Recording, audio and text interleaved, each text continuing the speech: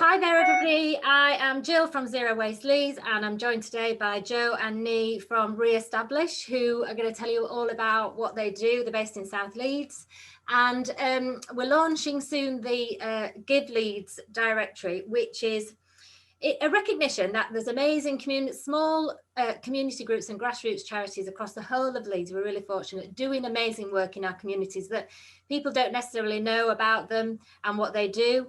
So the directory is going to match those community organisations and people who need help with people who want to help them. So that's the sort of Give Leeds in a nutshell.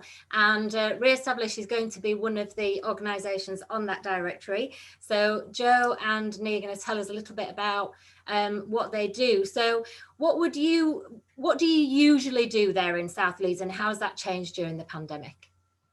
So we run a local organisation along with obviously the rest of our team that works with 7 to 19-year-olds based in Beeston and Holbeck, young people that are surrounded by drugs, crime, violence, loss as kind of standard day-to-day norms.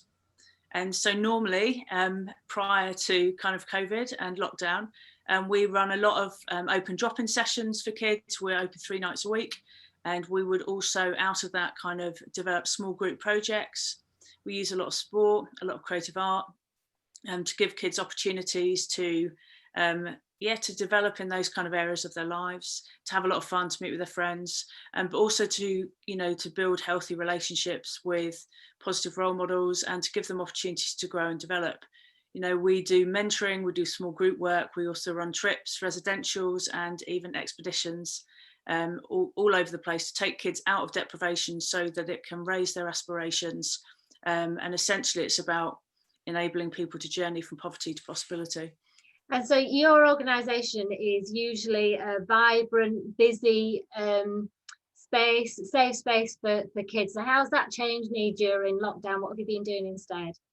Yeah, I mean, obviously the kids have that ability to come and drop in at any time, and the fact that our doors have been open prior to lockdown, obviously with lockdown happening, that's all come to an end, as we know it.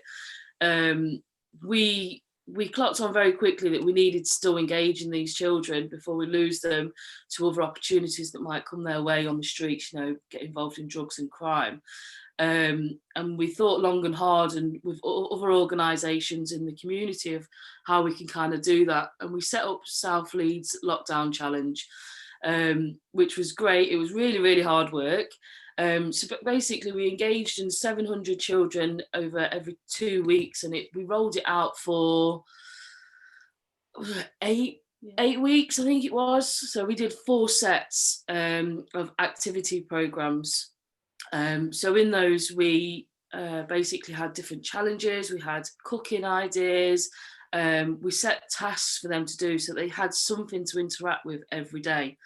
We provided absolutely everything that they needed for anything we was asking them to do. So there was no stress on parents or carers to go out and, when they've not got that money to provide the equipment for what we're asking them to do.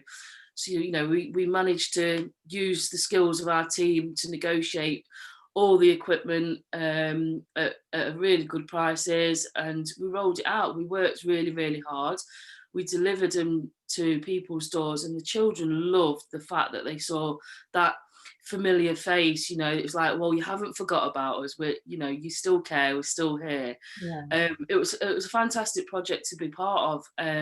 And the kids talk about it still when, they'll go, oh, can we do those pizzas? Because those pizzas were really nice. And we'll have parents calling us, or what did you put in this? Or how do you cook popcorn? And just little things, and obviously the bigger picture with the stuff that's happened with those packs, whether they'll be pictures, the creative side of it, would like to kind of like put that in a sort of memorial somewhere at some point that represents COVID and what people were going through.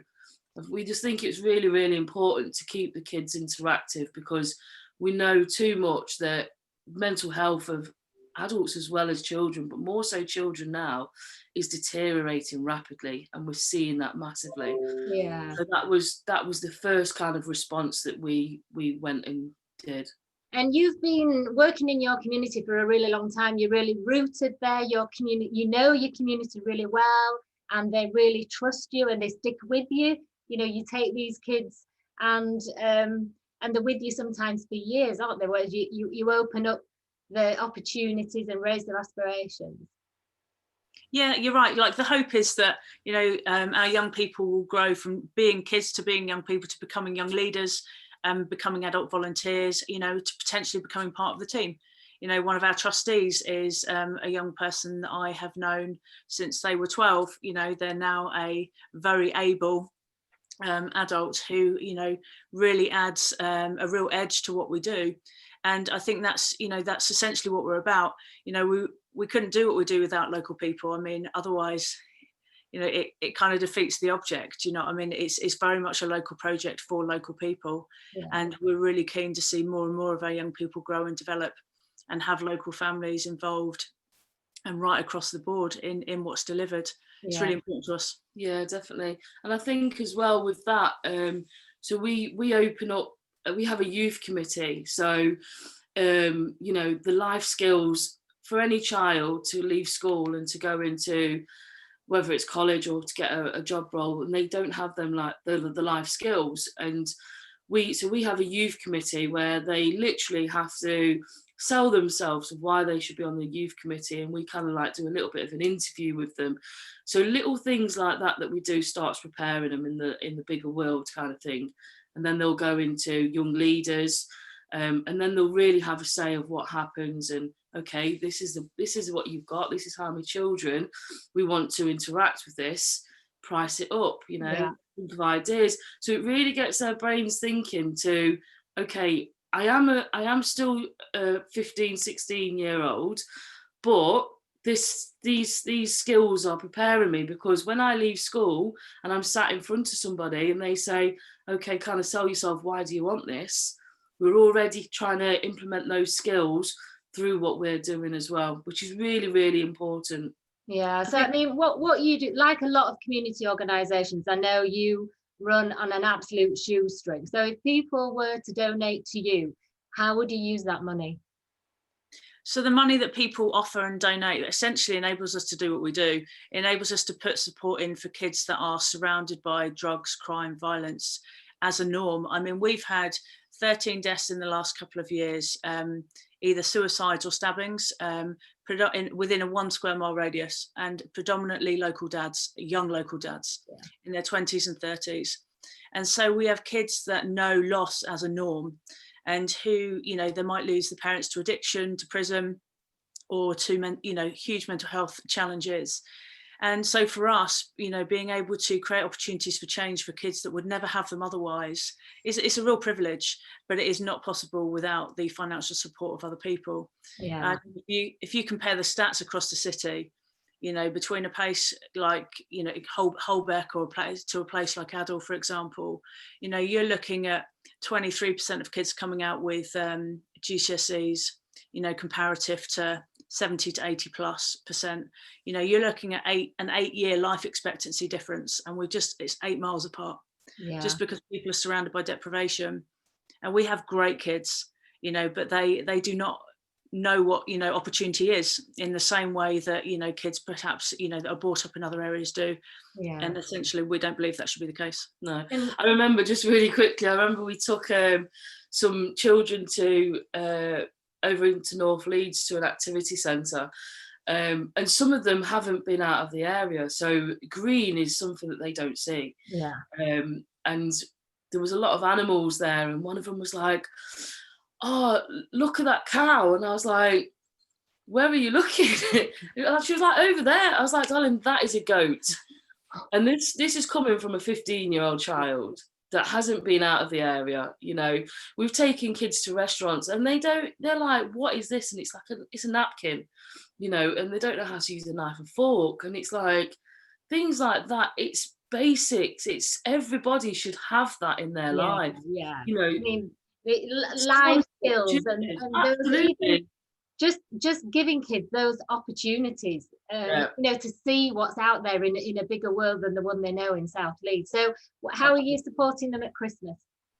Do you want to go? I'll go. So we've got, so we're putting together 100 activity packs for local families, and then we've been working in partnership with a local business.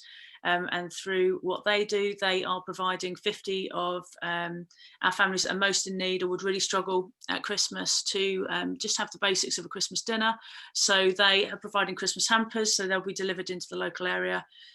So it's basically putting in local support for people that wouldn't be able to have the kind of basics of Christmas without it.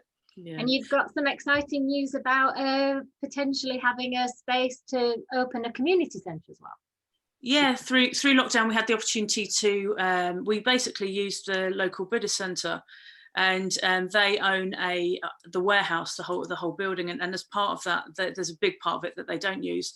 And actually, we've been offered that at the moment as a space to potentially turn into a community centre, and kind of utilising arts, music, sports, to help people process their emotions and to have a space where they can belong. So it's a wonderfully exciting opportunity to have a community space locally, right in the heart of the community, that will be accessible to everybody. So that will be a really exciting thing for 2021 potentially. So support for that would be wonderful. Yeah, and I know you've been nominated for an award. We've been really blessed in that, actually. I think, you know, we've just we've been nominated by kind of like the councillors for kind of contributions to the local community. You know, we were blessed. We received the Joe Cox Award a couple of years ago for similar things. So we have been really blessed in that, just in people recognising the fact that local people, you know, small groups of local people can have a big impact. But we couldn't do it, you know, without all of us working together. Yeah, no, that's incredible. And I know you've got a conversation with the Lord Mayor coming up, so I won't take up any more of your time. Thank you so much for joining us, telling us all about you, and hopefully people now can understand more about what you do and how they can support you. Thanks for being part of Give Leeds, and we'll see you soon. Thanks so much. Thank you. Cheers, guys.